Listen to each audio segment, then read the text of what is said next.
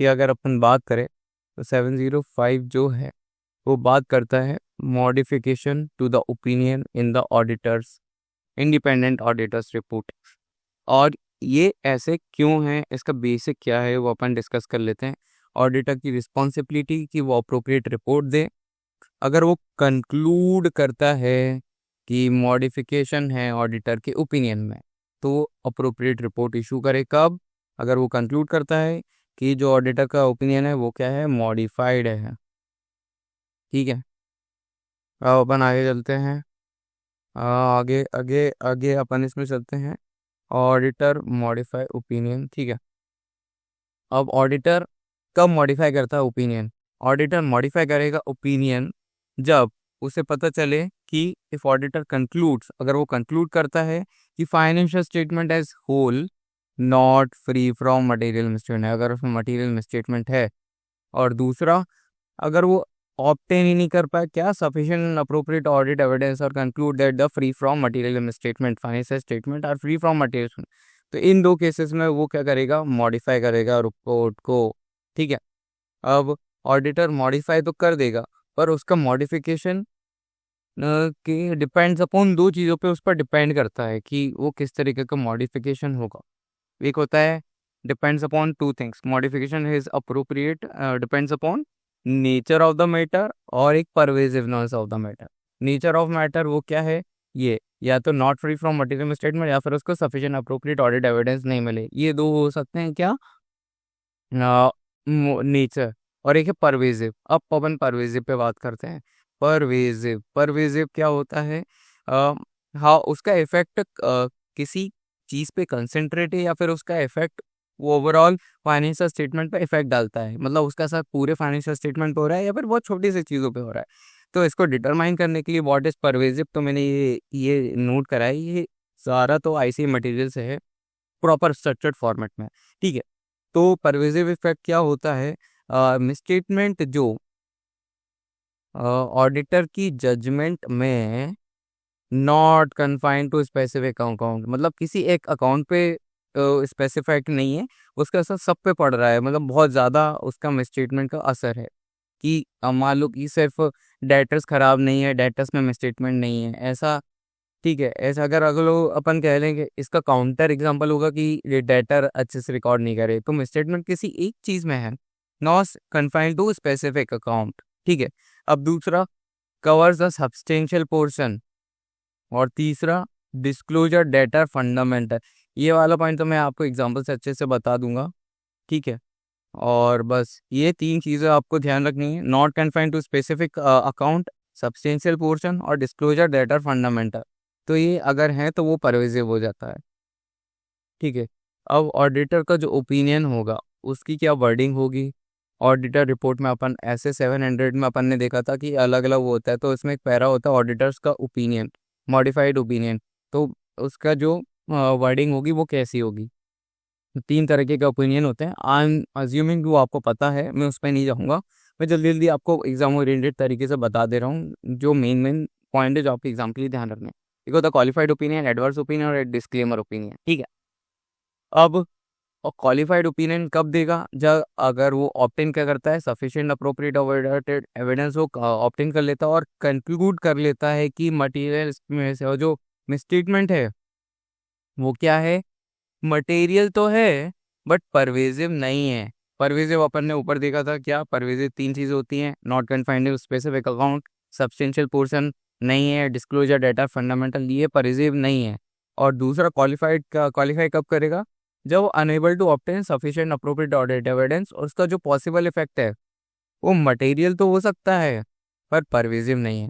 तो कहने का मतलब है कि अगर अगर उसको सफिशिएंट अप्रोप्रिएट ऑडिट एविडेंस मिल गए कि मिसस्टेटमेंट की, और वो मटेरियल है पर परवेजिव नहीं है। सिमिलरली अगर उसको सफिशिएंट अप्रोप्रिएट ऑडिट एविडेंस नहीं मिले पर उसका जो पॉसिबल इफेक्ट है वो मटेरियल तो है पर परवेजिव नहीं है, तो क्या देगा, क्वालिफाइड ओपिनियन। ठीक है, अब अपन आगे चलते हैं। एडवर्स ओपिनियन कब देगा, एडवर्स ओपिनियन वो देगा जब अगर उसको ऑब्टेन कर लेता है सफिशिएंट अप्रोप्रिएट ऑडिट एविडेंस और वो कंक्लूड करता है जो मिसस्टेटमेंट है, यहाँ पे मिसस्टेटमेंट की बात हो रही है। ठीक है, और वो मटेरियल भी है और परवेजिव भी है, क्या मिसस्टेटमेंट, तो वो एडवर्स ओपिनियन देगा।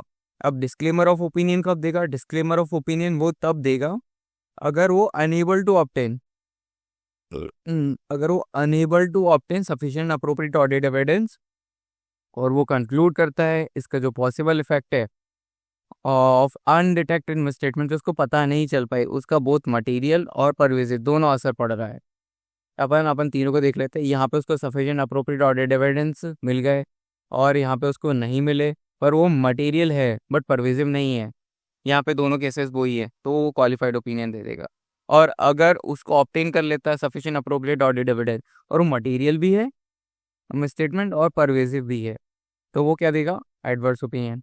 और ऑडिटर को अगर वो अनेबल टू ऑब्टेन और वो कंक्लूड करता है कि जो पॉसिबल इफेक्ट है अनडिटेक्टेड मिसस्टेटमेंट का वो बहुत मटेरियल और परवेजिव, तो वो क्या देगा? Disclaimer of opinion. इसके कुछ इंपॉर्टेंट एग्जांपल्स हैं, काफ़ी अंडरस्टैंडिंग के लिए इंपॉर्टेंट, तो आप इसको एक बार देख लेना कि example of a situation in which modified opinion is express. In situation में आपको मॉडिफाइड ओपिनियन एक्सप्रेस किस तरीके से करना है, ऊपर ने अपन ने जो पढ़ा अपन उसी के बेसिस पे अपन इसको देखेंगे। अगर misstatement in foreign travel expense, तो ये कन्फाइंड टू स्पेसिफिक अकाउंट है, ठीक है, तो क्या देगा? Qualified opinion. इनएडिक्वेट डिस्क्लोजर, अगर इनएडिक्वेट है, कंप्लीट डिस्क्लोजर नहीं दिया, और ऐसा भी नहीं है कि हमने पूरा दिए कुछ भी नहीं दिया, एब्सेंस ऑफ अ डिस्क्लोजर हमने दिया पर इनएडिक्वेट है, तो हम क्या देंगे? Qualified opinion. इसी से लगा जोड़ा एक और अपन एग्जांपल लिखते थे, ये हो गया नॉन डिस्क्लोजर, दिए ही नहीं, of material uncertainty related to going concern, same case ऊपर वाला, तो यहाँ पे दिया ही नहीं। जो अपन तीसरा वाला देखें, जो डिस्क्लोजर है फंडामेंटल टू यूजर अंडरस्टैंडिंग, वो यहाँ पे नहीं दिया, तो इस केस में वो परवेजिव हो गया, और ऑडिटर, ठीक है, ये परवेजिव हो गया, इसका पूरा फाइनेंशियल स्टेटमेंट पर असर पड़ रहा है, तो यहाँ पे एडवर्स ओपिनियन जाएगा। और जहाँ पे इनएडिक्वेट डिस्क्लोजर है वहाँ पे क्या जाएगा? क्वालिफाइड, और जहाँ पे नॉन डिस्क्लोजर है वहाँ पे जाएगा एडवर्स, ठीक है। ओके, तो unable to verify loans and advances not substantial portion है, यहाँ पे क्या दे दिए? नॉट सब्सटेंशियल पोर्शन, तो क्वालिफाइड ओपिनियन। और बाकी तो आप देख लो कि अनेबल टू ऑब्टेन, ठीक है, सब्सटेंशियल पोर्शन है, और आपने अनेबल टू ऑब्टेन, तो ये इसका नेचर क्या हो गया? Unable to obtain sufficient appropriate और डेट एविडेंस, और ये सब्सटेंशियल पोर्शन है तो ये परवेजिव है, तो ये आपका कौन सा ओपिनियन जाएगा? ये वाला, ये अनेबल टू ऑब्टेन। और पॉसिबल इफेक्ट जो है मटेरियल और परवेजिव भी है, परवेजिव अपन ने ऐसे देर साइकिल ही, क्योंकि ये सब्सटेंशियल पोर्शन है। तो ये कुछ इंपॉर्टेंट एग्जाम्पल है ऐसे एड से, तो आप देख लो एक बार। अब inability to obtain sufficient appropriate audit evidence, अब अपन बात करते हैं जब आपको इनएबिलिटी है, ये तीन चीज़ों की वजह से हो सकती है। एक तो बियॉन्ड द एंटिटीज कंट्रोल, जो एंटिटी के कंट्रोल में ही नहीं, मान लो कि अकाउंटिंग रिकॉर्ड डिस्ट्रॉय हो गए, ठीक है। और दूसरा, nature and timing of audit work, मान लो कि टाइमिंग ऑफ अपॉइंटमेंट ऐसी हो कि आप पूरा काम sufficient appropriate audit evidence obtain करने में सक्षम नहीं है, ठीक है। Limitation impose by the management ने कौन सी लिमिटेशन इम्पोज कर दी है? तो इस वजह से, और ये एग्जाम के लिए आपके लिए काफ़ी इंपॉर्टेंट है ये वाला पॉइंट, ठीक है। इसके जो कॉन्सिक्वेंसेज हैं वो अपन को डिटेल में याद रखने हैं, ये आपसे एग्जाम में टेस्ट किया जा सकता है। रिक्वेस्ट, तो आप अगर ऐसा कुछ है कि जो लिमिटेशन इम्पोज करी मैनेजमेंट ने, तो आप क्या करोगे, ठीक है। कॉन्सिक्वेंस ऑफ ऑडिट एविडेंस, ठीक है, तो आप क्या करोगे? सबसे पहले रिक्वेस्ट करोगे, फिर अल्टरनेट प्रोसीजर परफॉर्म करोगे, ठीक है।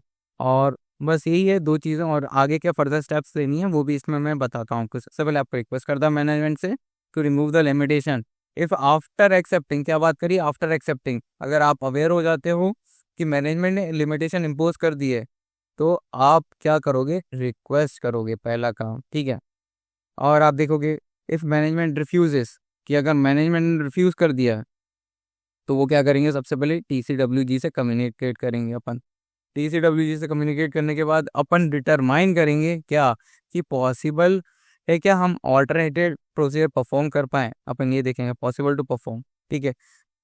फिर आगे कंक्लूड दैट पॉसिबल इफेक्ट, अगर ऑडिटर कंक्लूड कर देता है जो पॉसिबल इफेक्ट है, जो अनडिटेक्टेड मिसस्टेटमेंट है, वो मटेरियल भी है, मटेरियल नॉट परवेजिव, क्या क्या बात करी गई? मटेरियल है पर परवेजिव नहीं है, तो वो क्वालिफाई कर देगा, क्योंकि अपन ने ऊपर देखा ये कंसेप्ट कि मटेरियल हो परवेजिव नहीं है तो क्वालिफाई कर देते हैं। अब अपन आगे देखते हैं। If auditor concludes the possible effect of undetected misstatement of financial statement could be both material भी हो सकती है, परवेसिव भी हो सकती है। तो हमें क्या करना है, withdraw from the audit if possible under laws and regulation. अगर पॉसिबल है तो विड्रॉ कर लेंगे under laws and regulation. If withdrawal from और अगर विड्रॉ पॉसिबल नहीं तो ऐसे केस में क्या करेंगे, हम डिस्क्लेमर ऑफ ओपिनियन दे देंगे। मैं आपको हर वीडियो में बताता हूँ कि आपको पढ़ना कैसे। मैं मान के चलता हूँ कि आपने एक बार ये देखा होगा कंसेप्ट, तो आपको जल्दी से रिकॉल करना है, जैसे कि एग्ज़ाम में पढ़ने से पहले, या फिर आप बहुत ज़्यादा अनसर्टेन हो कि इस टॉपिक में है क्या, है ना, आप बहुत ज़्यादा कंफ्यूज हो कि इस टॉपिक में था क्या, तो आप एक बार इस वीडियो को